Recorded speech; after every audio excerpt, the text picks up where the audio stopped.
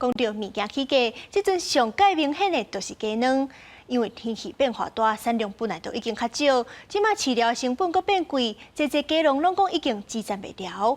不过因真不满讲，政府答辩就拢用补助要求因爱卖起价，都有立委就批评讲，政府应该对源头改变，让鸡只改善饲养的环境，才是解决问题的道理。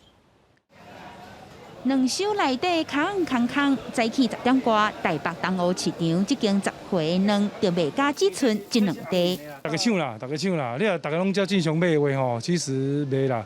你走2抓，一定要有1抓啦。头家讲，即马卵要钓有货，只是卖速度变真紧，有民众一届就卖40粒。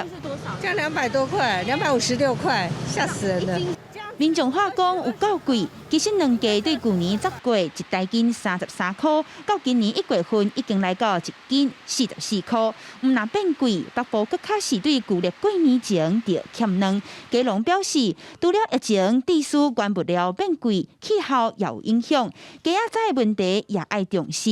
因批评政府简单用补贴要求业者卖起价，根本是治标无治本。